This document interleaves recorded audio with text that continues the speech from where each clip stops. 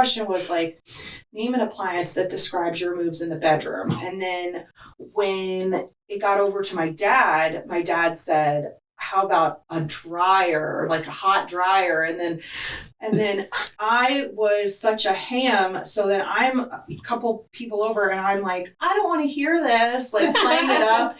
And then Steve just he's like, yeah, your girls didn't want to hear that. Yeah, your daddy's sexy. And then, yeah, come in here, girl, get yourself cooled off. Like it was amazing. But then it came back to bite me later, because then later in the game we had a question that was, we surveyed 100 women and name a chunk of a man that you'd like to grab a hold of. It was something like that. That was when I was at the buzzer and I was like, booty, number 1. Then I go back to my little spot. They go through my family and then we get a couple of X's, we get a couple of dings, and then it's back to me. And no one has said penis yet. And I'm just like, I know it's up there. But then I'm also like, but I don't, and like when you're at home watching it and you're like, say penis, say penis, say penis. But then like when the people don't say that and then they say something else, now I understand why, because I was like, oh my God, this is on national television. So I was like, his private parts. And then Steve roasted me. He was like, y'all got a lot of nerve. A minute ago, you're mad at your dad because you found out he's a hot dryer. And then you're talking about grabbing the big boys. And he's like, who do these kids think they are? But then like we look up and it's like, bing. And I was like, I just want the points, Steve. So. Yeah, exactly. You're like, I know it's there. Yeah. I just don't want to say penis on national TV. I know. Well, and then I did it. I'm sure there's plenty of people that can say Steve Harvey roasted me, but Steve Harvey roasted me. That is cool. That's pretty cool. Okay, well let's do our intro and then we'll come back to Lauren. Perfect. Yeah. Okay, so I love the stories. So I can keep talking to you. Kim, would you say penis on national TV? I mean, you just said it on this. Yeah. I feel like I've said worse. Well, it depends on the context. If I was winning $20,000 at Family Feud, yeah. But early childhood background, you got to label the parts appropriately. And it's true. It's true. You do not want to call them little names that they don't understand. You got to say exactly what the part is. That's your... Child developmental. Yep. You got your child developmentalist in me. Yeah. So it's okay to say it. It's not a bad word. But she got the points for it. She got the points for it. Yeah. That was an interesting intro. Would you? Know. Would I say penis on a... Yeah, I'd probably say, like, without $20,000, I think I'd say penis on national TV. I'm surprised I haven't. Or win a car? I have announced to remove people that I would like to shoot them. That's true. With a camera. Well, you want me to shoot you. I say that a lot. You do say that. But people laugh. You know, anything for a joke, in my opinion. Anyway, who are you? Kim Mogard. And who are you? And I'm Kourtney Roman. And who are we? We're the boss of Frederick.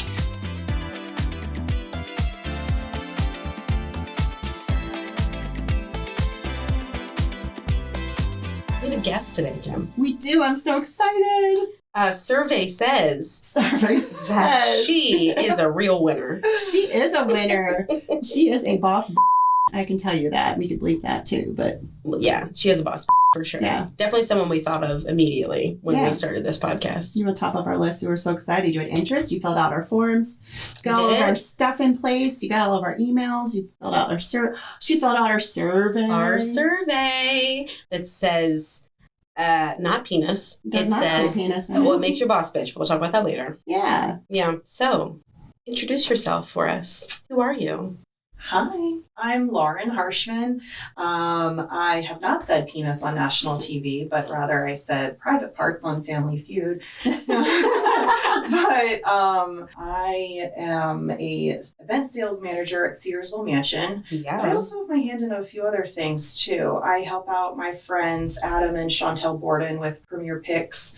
They are a photo booth experience company doing a lot of photo booths. So kind of in the wedding industry, I've made a lot of friends who are vendors, and they were like, hey, do you want to help us out? And I'm like, well, of course I do. Yeah. And then I also have one of my best friends, Sarah Robbins, and her husband, Mike. They own Kemptown Honey, and I also kind of have my hands in that a little bit. I help them with some marketing, and so they're a local apiary, and they produce honey, and they also make beverage mixers with honey in them. So what? Alcohol, non-alcohol? Yeah. So the Never heard of it. the mixers are non-alcoholic. However, you can use it to replace so the name in the line of it is called Honey Crush, and we kind of came up with the idea. Sarah and Mike came up with the idea, and I just kind of tagged along. From Maryland, like an Orange Crush. And instead of using like orange liqueur, you could replace it with the Honey Crush beverage mixer to kind of lower the ABV a little bit. Or you can use the mixer to make a whole mocktail. We have one on the website. I think it's called the Pollinator. It's really good.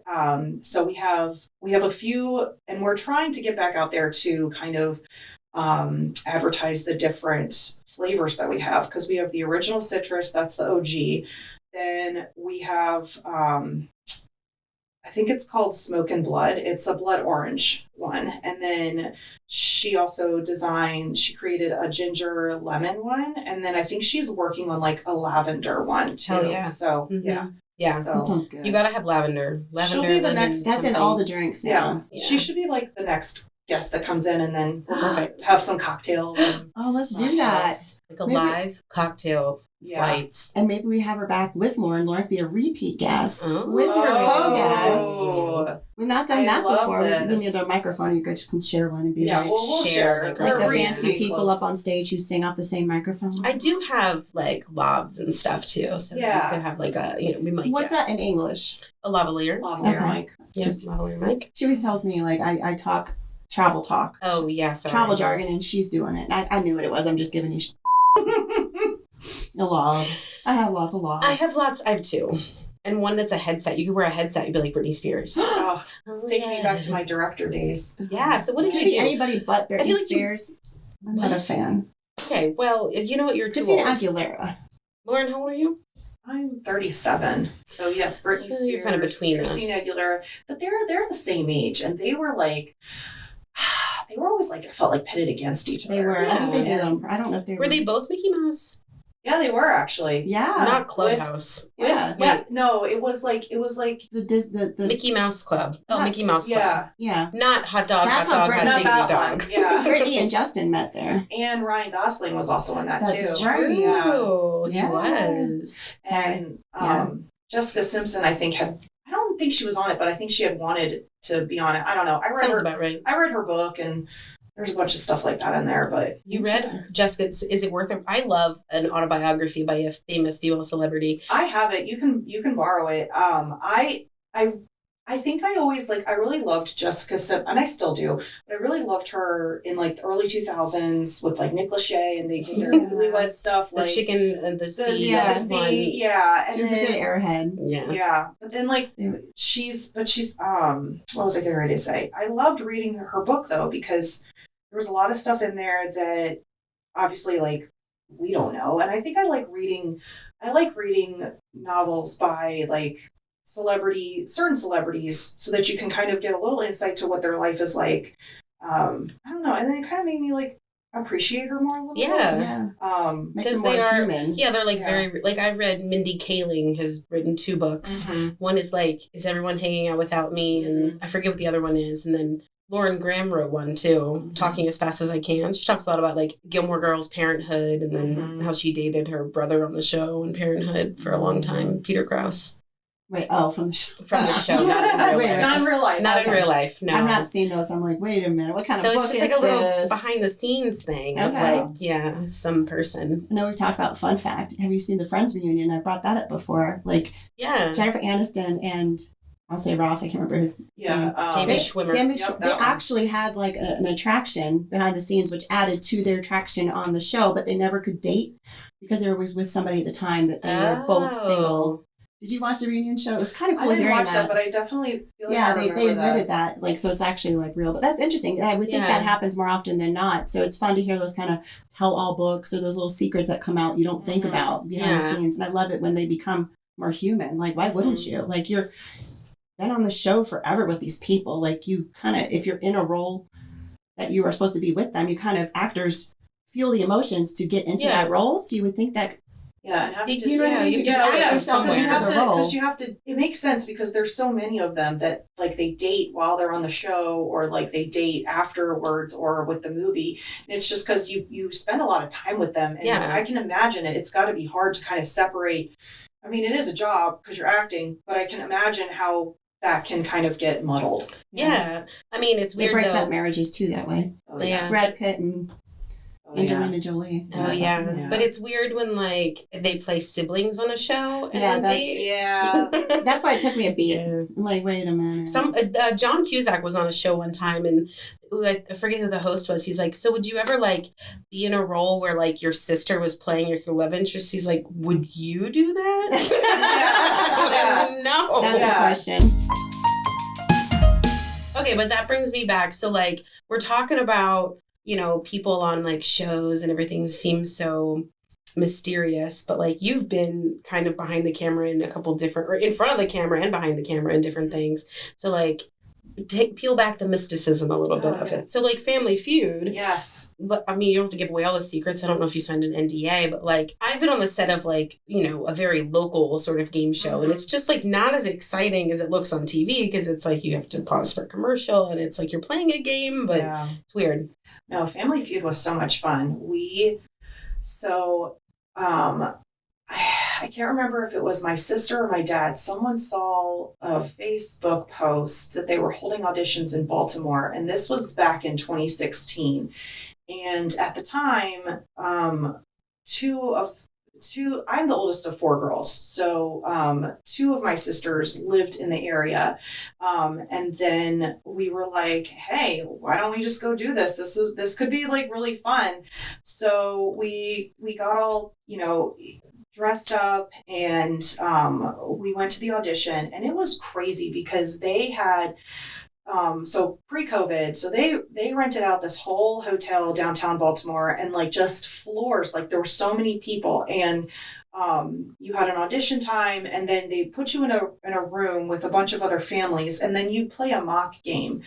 And when we didn't go first, so we're watching other people play, and then we're kind of playing in our head, and then when you get up there, it was like you turned the knob on enthusiasm. Like we went from 0 to 100, like, woo, yeah, okay. But that's what you got to do, because that's what's going to get the producer's attention, because that's what they want to see. Yeah, they're casting. Yes. Yeah. So then we played this game, and I remember I forget what the question was, but I just remember one of the answers that I gave was like Eskimo kisses, but I hammed it up so hard, like Eskimo kisses, like 'cause that's what you gotta do to like sell it. And then what was so great was, because like the room was kind of quiet, like people were playing the mock game. As soon as we got up there, and then we just annihilated it, then everybody else was like, oh, we got to be like them. So right after our little mock game, then the one producer gave us this paper, and he's like, here, go take this to so-and-so. And so we got to kind of cut ahead, and we got to record an audition tape that went to the producers like in Los Angeles.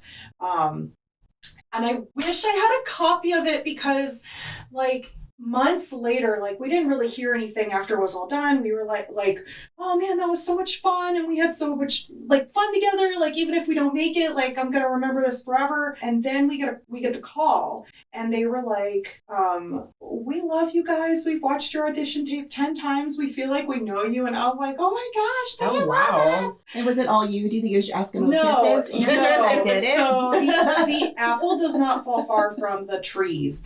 It was definitely a collaborative effort. Like that's just who we are. I love it. So your whole family kind of had this. I'm gonna have to look this up. Yeah. I feel like I looked up your Chick-fil-A commercial. Mm-hmm. I don't know that I've looked up You showed it to me. I think you found it on YouTube. I did, yeah. So I think you sent it to me. Yeah. Yeah. And like I don't think that you can look up like full Family Feud episodes. Yeah, true. I do have it like DVR'd somewhere, but Is it still a thing? I think.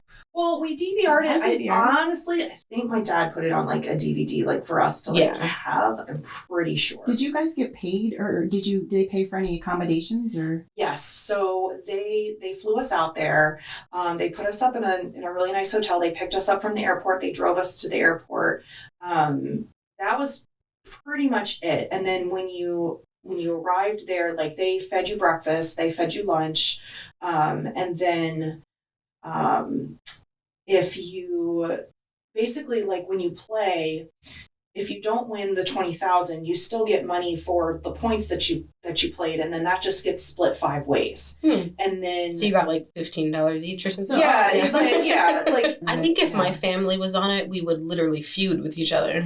Like that's a whole different show. We would literally. That's Dr. Phil. That would be Jerry Springer or something. It would all come out.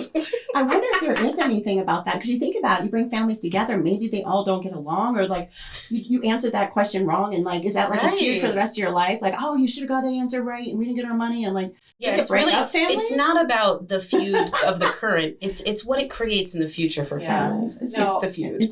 I'm sure it's all good people. It's how they choose. The group. We all were very supportive of each other. We were all very like, and that's what they tell you to do too. Like this is what they say. They say no answer is a bad answer, because unless you say penis. It's not even that. Honestly, that would get a lot of ratings. Yeah, it does, and that's specifically why those producers make those questions, is because they want you to say stuff like that. So then Steve Harvey can razz you.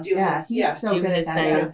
It's funny seeing him go on such a tangent. Like sometimes he'll just go through the group, and all of a sudden he's like, he spends like 2 minutes just doing this whole bit. I'm like, well, you are a funny dude. So the thing behind that too is like once Steve Harvey steps on that stage, nobody yells cut.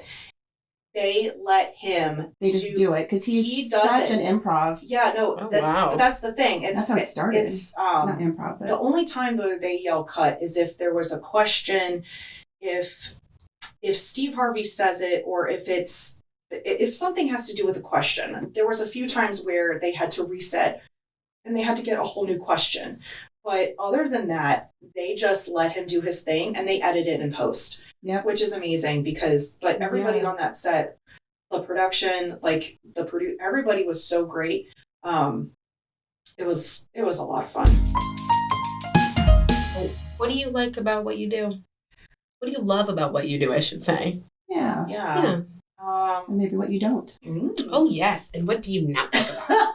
I'm here for the tea. I love love. And it's really cute, like seeing couples when they just get engaged and then they're looking for a wedding venue, and then I get to know them a little bit.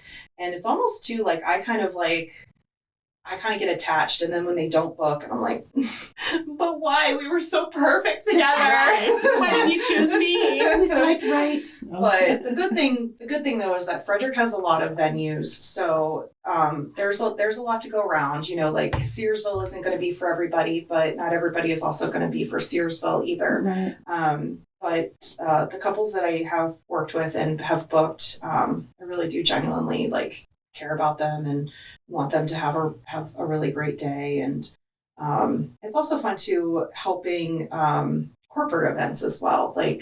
I'm working on a pricing proposal for something with the Frederick Health Auxiliary. They're thinking about doing a fashion show of some sort. So I'm trying to come up with trying to get some pricing and other things. But so do you get a lot of custom? I know you have your weddings are kind of set packages, but you get a lot of other custom requests, right? So you figure that out behind the scenes, how that would look. And we have kind of cool. You guys do other some like social and corporate that's a little bit different than weddings. So sometimes we get I had a client who had a very strict budget, and she was like, we cannot go over this amount.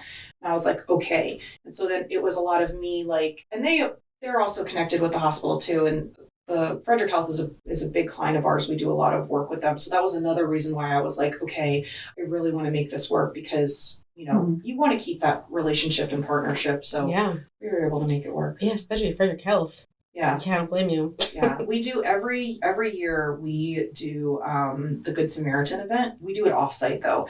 But that's like a big event for us. Which I actually have never been like really a part of. Which I'm honestly like I'm grateful for because I'm always just kind of like on the outside, like looking in like, oh, okay. And I kind of let my bosses take care of that. But yeah, we do a lot with Frederick Health. So because how long have you been? You know, you've had some other jobs in between, but with Ceresville, I mean, you've been with them a decent amount of time, right? Yeah, it's been around Cumulative, yeah. 2 going on 3 years. Yeah, okay, cool. That's pretty good. Yeah. So you love. Me too. It really doesn't gross you out, like all the wedding. This is why I don't they're shoot not weddings. Like making out in front of me. It doesn't really gross me out. But just the humanity behind, like, people love. Like, it was funny the other day, lovely. just on a side note, because I'm a little bitter because I'm divorced, so sometimes like love to me, sometimes I'm like. Sometimes I go see bachelorette parties. I'm like, don't do it. No, I'm kidding. I'm kidding. Everybody's different. The other day, we were in a full room. You know? We're in a networking event. There's like, I don't know, 50 people there at least. And they're like, all right, raise your hand if you're married. And Kim goes, divorce. I was like, I'm right there with your girlfriend. No, but I was like, he was just telling a story. He was like, how many of you guys are married? I'm like, well, I'm not. I have been. It was funny. We've been through it. But, you know, there are some of those, like, after you've been, like I said, I know you're divorced too, so it's nice that you kept that. You still root for the people because you do know the statistics, you know. I'm like I told my parents when I got divorced, I'm so sorry you can't get a refund because it was expensive for my wedding, you know. But like the odds it's good are to 50-50. So and then how many? I mean, I'm sure a lot of them are remarriage, you know, like second marriages, third marriages. They're not just in their 20s. I actually have a good friend of mine. She. They're not engaged yet, but it's going to be both of their second marriages. So like, she's like, I know it's coming. So they want to get married at Ceresville, coming up soon this year. So I just keep checking in with her. I'm like, hey, let me know. Hey, when you're ready, yeah. I'm here. How far are people booking out? Oh my gosh, that's been the craziest thing because when I started at Ceresville, most people were booking like a year to a year and a half out. But now, for some reason, and I don't know why, we're getting a lot of like last minute people, like they get engaged and they're like, I'm gonna get married in 2, 3, 4 months from now. And I'm just like, cool, you got the money, we'll do it. Like we got the date, okay. Like okay. So and you can sometimes accommodate. I mean, it just depends on your weekend. Just depends on. Are they flexible if they have to do a Friday night or a Sunday afternoon? Because everybody wants, you know. So we'll have weddings at Ceresville like any day of the week because if you want to get married on a Monday, you're going to save a lot more money than if you're going to get married on a Saturday because the food and beverage minimum is going to be lower. So if you want to have a smaller amount of people, that's going to make the most sense for you is to get married on a day that has a lower food and beverage minimum. So you're not spending like if you have like a 70 guest wedding, for example, and if you have a food and beverage minimum that's a little bit more closer to what it's already going to cost you, then you're not spending an extra like $3,000 on food and beverage alone. Whereas, because sometimes we'll get clients that will come in, they're looking for like a Saturday in peak season. I gave a tour to a couple and they were looking for a Saturday in peak season, but their guest count was like 50 max. And I let them down very easily by saying like, okay, I just want you to let's have an open mind because what I don't want to do is I don't want to show them the space, break their heart, and then say, hey, actually, we have like a food and beverage minimum that's probably going to be out of your reach for your guest count. What I want to do is I want to tell them about how can we make this work for you? Here are some other possibilities. Because I always want everybody to feel welcome and, you know, because everybody has their own vision and what they want. And I don't want to take that away from them. What I want to do is, how can I help you get there? You only want 50 people max? Cool. We have a micro wedding package that we don't normally advertise, but it's like, once you come and you talk to us, and then that's when we can say, hey, we can do it on this day, not during these super busy months, but maybe if you're open to saving a couple $1,000s, we can get you in there. So yeah, that's really good to know. Where were you before Ceresville? Because it seems like, I mean, you just seem quite synonymous with Ceresville. Not like she wasn't anywhere before. She's just always been. Yeah, I have been all over the place. Yeah, actually. Has it always been kind of in the events kind of industry? It's been a lot in the TV and media, marketing, social media kind of world. And then I kind of, I transitioned into hospitality and customer service type situations. And it's almost like everything that I did before I got to Ceresville was just kind of preparing me for that role. I have an associate's in digital media design from Frederick Community College. And with that, I started out as a production assistant working at WHAG in Hagerstown, which now it's DC News now, but it went through a few names before that. Actually, when I first started, it was NBC 25. Then I remember that. Then they changed it to WHAG News, and then I left, and then they changed it to like DVM. Yeah, and now they're DC News now, and they're not even in. I mean, they have a bureau in Hagerstown, but they're not there really. But But I still have friends that work there, so so that's where I started, and then I worked my way up to be a director there, which was really fun. And especially when you start at a small station, you learn how to do everything, and you learn how to do like it all at the same time. So like I was punching the technical buttons on the switchboard, but I was also wearing a headset and calling the show. Then by the time I went to be a director at ABC7 News in DC, I was only calling the show, and then somebody else was sitting next to me, and then they were punching the buttons. Yeah, I did that in college. Like I would punching these buttons. Yeah, bigger than that. Yeah, I went to school at Middle Tennessee State University for electronic media production. But with that path, you kind of learned both the TV production and the single cam side. And I took some like the live production TV classes, and it was the multicam. That's what we called it. Yep. And I remember I was like, we did a group thing where we either had to like push the buttons, do the technical directing or whatever, or being the one directing the show with it. I was horrible at it. It was so bad. It was like, my professor was like, what camera should you be on? I was like, go to one. It was horrible. I hated it. This is why I do single cam. So, well, and that's so funny that you said that too, because that's how I was in college too. Yeah. I actually really liked the producing side, like, because we would, what I want to do. Yeah, because I remember I produced we do a little talk show, and then my job was to create the topics. And we, at the time where I created the topic talking about like, why should college students like not get a credit card, like, or credit cards in general, like what are the dangers, what are the benefits? Kim. Yeah, I was gonna say it is me. Me too. Yeah, no. Yeah. If you haven't been sued, I think I'm still paying interest on 25 years of credit. No, it's bad. I'm really trying to get out. And I didn't even take my own advice at that time, but life is life. But I just remember that after we did that show, my fellow students that were on it, they were like, "Oh, this was really good," and I was like, "Yeah, I know." But I didn't like directing when I was in my college classes, and then I was actually working at a TV station, and I was a production assistant, so I was doing the camera. I was doing a lot of the computer graphics sometimes. I rarely did audio. They always had a guy doing audio, and I was like, all right, whatever, sexist. Yeah. But I still ended up doing it, and I nailed it. So of course you did. Because you're a boss bitch. Yeah. So, but then when the opportunity came up, we actually had a couple, because it's a small station, so it's just definitely like, the first step. So we had two morning directors leave at the same time. So then it kind of just worked out that I was like promoted and was able to do that. And it was really the start of me getting my voice and like being a leader and knowing what that was. And then, just starting to build that boss bitch confidence. Yeah. Ooh, there's a segue for us. That's good. It leads us to a rapid fire. So let's ask her what a boss bitch means to her. You want to do that in the rapid fire first? Okay, I'll let you. Okay, direct us. Producer. I'm the producer. Director. Okay, so when I was in college, the role that I did in that same class, well, because it was Evelyn, if you're listening, I'm going to talk about you. Is that her real name or fictitious name? That was her real name.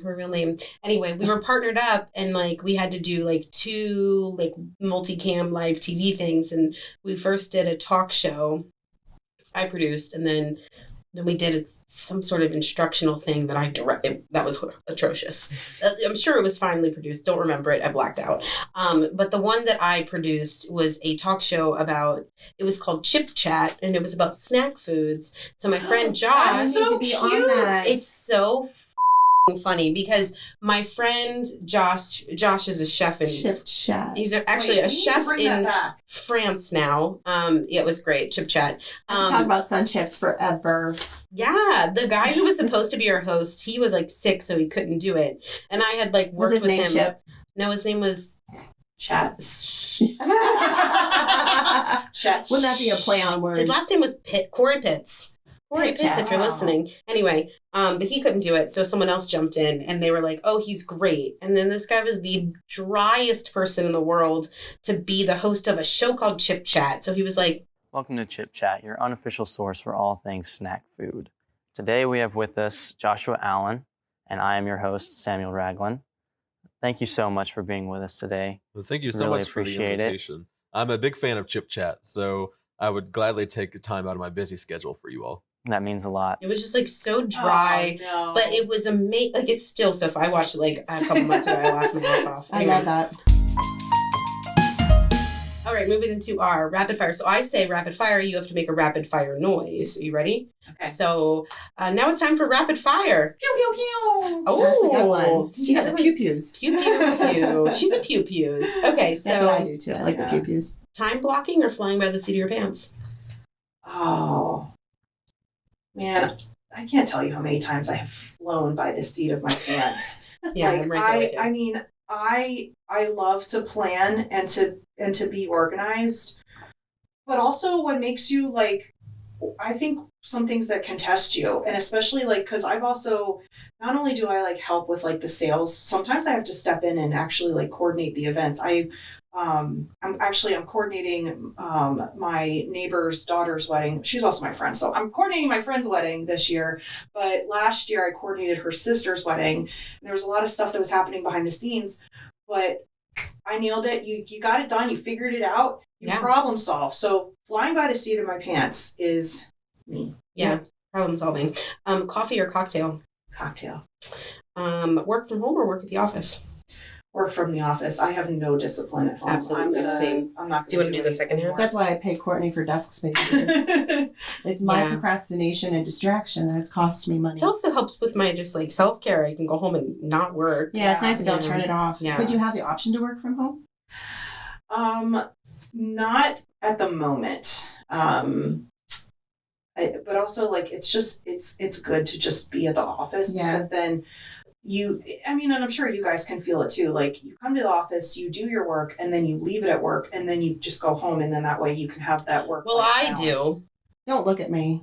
It's hard. I do. I can't. I don't home every day. I can't unplug, and I might have clients traveling and things I need to do last minute. Yeah. My new mantra is I'm staying up from 10 to 12 every night and just knocking my stuff out. It's just life. For me, Your new mantra is you're going to work from 10 to 12 every night? I don't know the word I'm looking for. I love your dedication. That's dedication. I'm getting there. But yes, okay. So now we're going to do another pick 3. So these are just more open-ended questions. Okay. But answer it quickly and we just move on. Okay. I don't mean that negatively. I mean, no, that's the point of it. I know, shut up. That's not, I didn't mean to say it like that. I got you. You're explaining it. Yeah.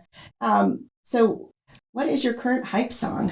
Okay. You can explain that a little bit. I am an elder millennial, but I really am digging this Gen Z song. It's Stateside. You know, and I feel really bad that I don't remember her name right now, but you know the Olympic figure skater.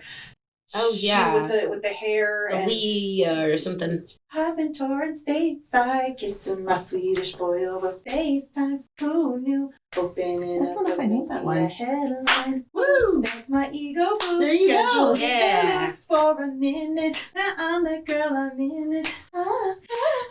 Oh, I think you found yourself another job. That's my hype song. Not She's my hype girl. It was a good time. I'm about to look that one up. I was just at Frederick Fashion Week and I had so much fun. I really leaned into it. Later in the night, one of the organizers was like, I'm going to need you to calm down. And I was just like, and then I went over to my friend and I'm like, can you believe she told me to calm down? Hell? I'm having fun. And Like, No, sorry, you're being too excited about our event. Don't stomp on me. Yeah, no, You were a guest, right? I was, but I think so. At that point, I had cut myself off. I was like, I get it. I'm drinking water. I understand. It's fine. So I did. I was quiet for like the last walk, but also like still my energy. Like I keep it 100, and I don't even need anything. But then when you add the alcohol, then it's like, woo. So I like that. That's a fun way to be though.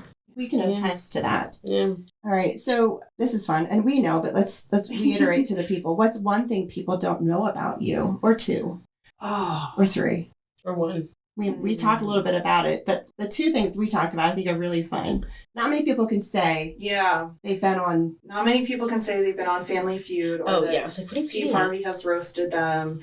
Not many people can also say that they've been in a national Chick-fil-A commercial, which was really cool, and I will get into that. I think one other thing that's really cool that I also try to be very humble about, that I don't try to come out and be like, hey, I have an Emmy. But when I worked in television, I have a Emmy. A regional Emmy for directing.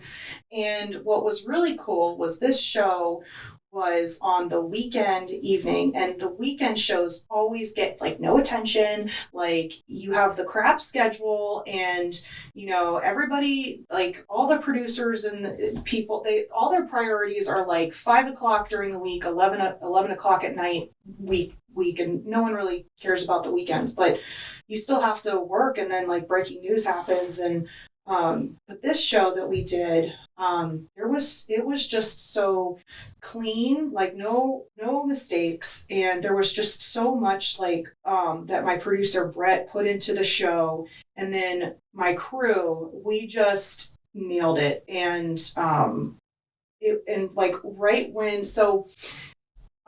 when you're creating a news show, you have an A block, a B block, and then if your show's only like a half hour, then you'll have like a C block.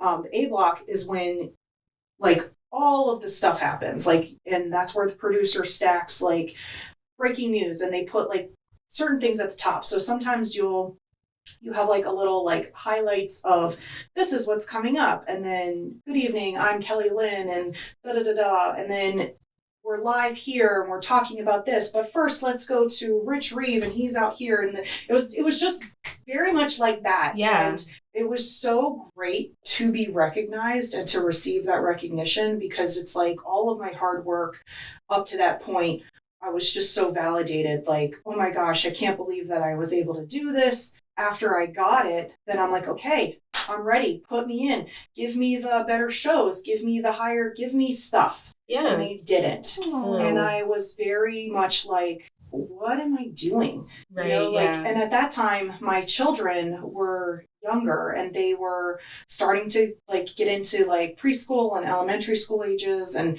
doing things like being in chorus concerts and activities.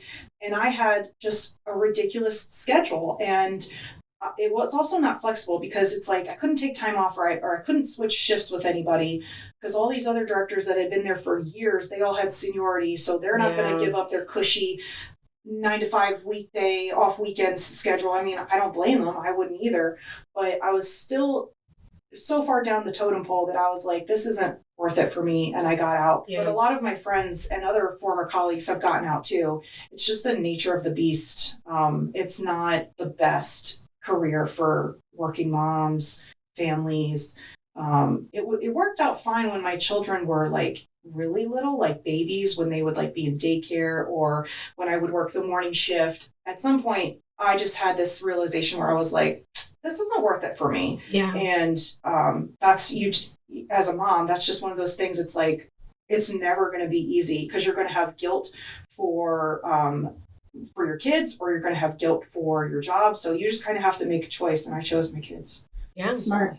So okay. First question: where do you have your Emmy up on a mantle somewhere, or is it in a drawer? It's displayed. Okay, just checking. Yeah, it is. should be. It is displayed. It is. It's in my room on top of my bookshelf. Cool. So, and then one more question, which is probably, I'm going to guess maybe the answer you just gave me, but what's the most boss bitch decision you've ever made in your career? Would you say that move out of being in the TV realm for your children and then moved on? Because that is a path you could have taken, obviously, and moved on with your career, but it was so great that you chose. We talked about this a lot with females, how we have to make different decisions sometimes than men do. So that's why we love the idea of the boss bitch, because we make decisions, those hard decisions, sometimes other people don't have to. So, and we don't want to be frowned upon. It was the best decision. I hope you don't have regrets for that. No, I don't actually. To have an Emmy and then say, oh, I'm sorry, I'm not going to do this anymore. Yeah. Like, that's a hard decision. I think that probably is it though, because after, and there was a lot of things going on in my life at that time too, because my first husband and I were was going through a lot, and we kind of had separated, but then we had reconciled. So me also leaving was also like, hey, I want to be at home with the kids and I want to like try and work on this, but also it wasn't fulfilling anymore after I had won the Emmy, and then I was still doing the same things. And it was hard because then I was like so far away from my kids and the schedule was terrible. So then doing that, and then I think also just I can actually add on to that for the decisions I made after that, because I went through a period of time where I was just doing the stay-at-home mom thing, which is totally fine. I think stay-at-home moms are super important. I wouldn't be where I am without my mom being a stay-at-home mom, but it was not for me. And I think I grew restless, and I was like, I need something to do. I need something. And I don't know where this idea came from, but I had this idea. I was like, I'm going to go back to school and I'm going to learn American Sign Language and I'm going to become an interpreter. And my mom, my parents were like, okay. They make good money if you just contract out. Yeah. So, especially here in Frederick with Maryland School for the Deaf. Yes. So I did that, and while I got signed back up to get classes, I was like, well, I kind of need some money, and the kids were in school, and I was like, all right, well, let me just get a part-time job at this new Chick-fil-A opening up. So is that how you got? That's how I got in there. There, it's full circle. It is, because then I just started out as just a team member, because I was like, I'm just going to do this part-time. Yeah. But that didn't happen because you're a boss bitch and good at your job. Literally, every position. It was me at Starbucks. Yes. Yeah. So then, our conversation with Lauren was so good that we had to split the episode into 2 parts. So the next episode, you, the listener, will learn more about Lauren's foray into the world of Chick-fil-A. Foray, huh? Look at you going. Yep. Into her world of Chick-fil-A and beyond. I know, so exciting. So please tune in next week. It is going to be a great episode. Or at least just listen to the next episode. Yeah, I got really excited. I fangirled because it's really cool what she's done. Not many. Really, Kourtney? I know, sorry. You get mad at me? Something's on my calendar for right now. Are you missing a call? I don't think so. Is it this? It's this. This is what I'm missing. It was so great to sit down and talk with her. But we talked for so long, so we had to split the episode up a little bit. But yeah, it was a great conversation. And if you're a listener, please tune in for part 2 to learn more about the lovely, fantastic Kim. Give us an adjective to describe Lauren. Charismatic Lauren Harshman. Exactly. Yeah. She just has so much energy. I could have talked to her for hours, and I wouldn't want to do that to you because you'd have to edit. I know. But it was so much fun talking to her and her history, and she's done so much in her short life because she's still pretty young. I know. Yeah, so much. So many accomplishments. Okay, so let's hear a travel joke. Okay. What is a penguin's favorite relative? I don't know. Antarctica. That's cute. Penguins are South Pole creatures. So good job on geography on that one. Yeah. Antarctica is realistic. Yeah, that's the point of the joke. And we're both ants. Kourtney. So we love ant jokes. We do. And our nieces and nephews are penguins. They are our penguins. I love my nieces. What kind of penguins are your nieces? What? I keep thinking of Happy Feet. And the ones with like the fluffy little ears, like the little hair. That's them. Yeah, I think the boys are like, whatever ones like run and like slide down things on their bellies, like that's them. Anyways, but thank you for listening this week. Make sure you tune in for the next episode and we will see you then. See you there.